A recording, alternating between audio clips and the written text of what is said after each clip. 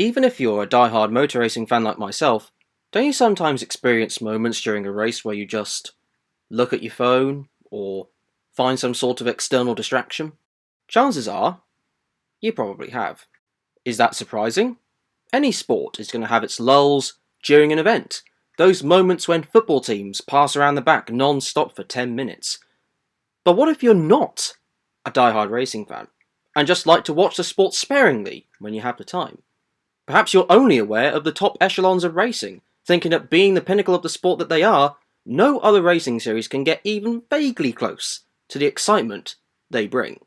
Well, maybe you'd be interested with this. Welcome to the organised bedlam that is mini racing. A bunch of racing series where only minis are raced. I mean, that's obvious, right?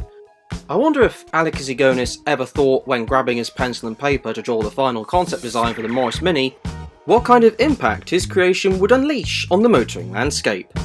I mean, they were successful against other cars in rallying and touring cars, but they're all the more exciting when they're put up against, well, themselves. The journey for all of this started at Brands Hatch in 1966, when the first Formula Mini 7 race was held. It was an event regarded by historians as being the greatest British moment of the year.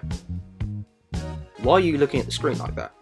Since then, mini racing has gone from strength to strength.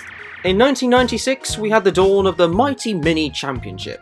Then, subsequently, the Super Mighty Mini Championship. Then, once BMW reintroduced the Mini, in 2002 we had the Mini Challenge UK. Then, after BMW updated the Mini again, the organisers of the Mini Challenge decided to make a new car to stay with the times, but they created a new class for the older machinery called the Trophy class. Keeping up with this, are you? If you are, then hats off to you, as even I, the creator of this video, am struggling to keep on top of it all. Plus, we have a series in Italy and also Australia. Oh no, wait, that was canned after 2010. However, if we gloss over that and focus solely on the UK scene, it's a thriving hub of some of motorsport's most exciting racing, with utterly humongous grid sizes. I'm not talking about the cars, I mean referencing the amount of cars on the grid. So, you're probably sitting there wondering, why on earth are these things so exciting?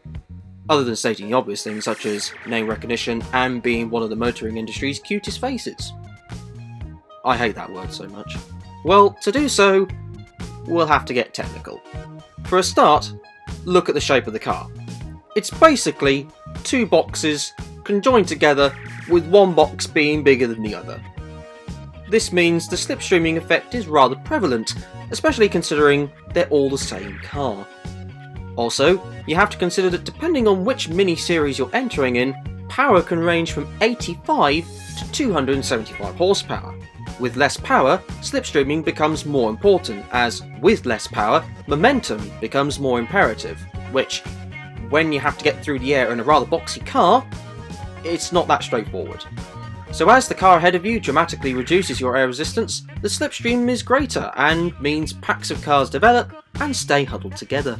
Plus, just look at all of those aerodynamic devices on these things. Okay, I'm just pulling your leg, but seriously, there are no fancy splitters or spoilers anywhere to disrupt the airflow for the car behind. Some categories do have wings on the cars, but honestly, they're just there for your eyeballs more than anything else. Another thing to note is how all these cars handle. With the newer German-derived minis, you get no histrionics, and the only punishment you're going to get by pushing them too hard is lovely, lovely understeer. Well, on the most part, at least anyway. Meanwhile, the older minis do this strange yet fantastic four-wheel drift, particularly noticeable around fast corners by the faster drivers.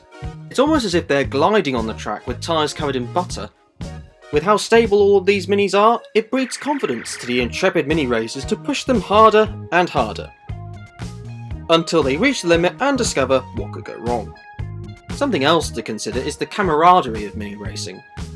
There doesn't seem to be any full-scale rivalry between any of the drivers or teams. All of them share a unique passion, and you get the impression that they intend to enjoy it in each other's company, in the paddock as well as on the track. In turn, using the on-track product to help boost the profile of mini racing and get more people involved, whether that be as a racer, mechanic, or as a fan.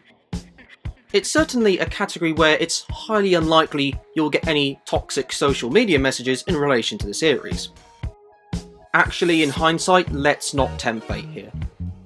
Also, drivers in mini racing tend to only compete in mini racing, and not deviate their careers into other forms of tin top racing or other racing categories in general. Sure, a couple of them have gone on to race in the British touring cars, but it's more of an exception to the rule. Once the allure of mini racing takes over, it's hard to let go of, it seems. Furthermore, I think it's fair to say that the Mini is a car that is highly revered by the majority of people. Chances are that if you randomly ask someone in the street to name as many cars as possible, not that I'd advise you should do that, then one of the cars that they would probably name is the Mini. Perhaps the new Mini was controversial in the sense of it not being particularly, well, mini, but generally this is a popular car in the public's eyes, so taking a huge field of them racing is bound to go well. The thing is though, the Mini Challenge is supported by Mini UK, and the Italian series is also supported by Mini Italia. That's impressive when you consider that there's no progression ladder in which you go up the racing echelons if you win the championship. In fact, why would you want to race anywhere else anyway? Mini racing is one of the most exciting categories in motorsport. Is it prestigious in the racing landscape? No, not really. But it doesn't need to be, as the organisers let the racing do the talking, which, considering you have enormous packs of cars, including drivers with egos the same size as the Mini speedometer, wanting to prove their reign of Mini supremacy, it was going to end in a positive outcome, wasn't it? The sense of fun that this series brings can be emphasised on the Mini Challenge website, where one of the sentences says, "It is not unusual to see Minis chasing down supercars that cost 20 times as much on test days." Now, considering these Minis will be racing against each other and not GT cars, this is a rather pointless fact. Yet at the same time, it emphasises fun and enjoyment. A series that makes racing fun. Honestly, it's a shame more series don't do that. That though is where I'll leave this video, and hopefully this will encourage you to watch mini racing as it deserves far more attention than it's getting right now. However, until the next video, enjoy the rest of your day.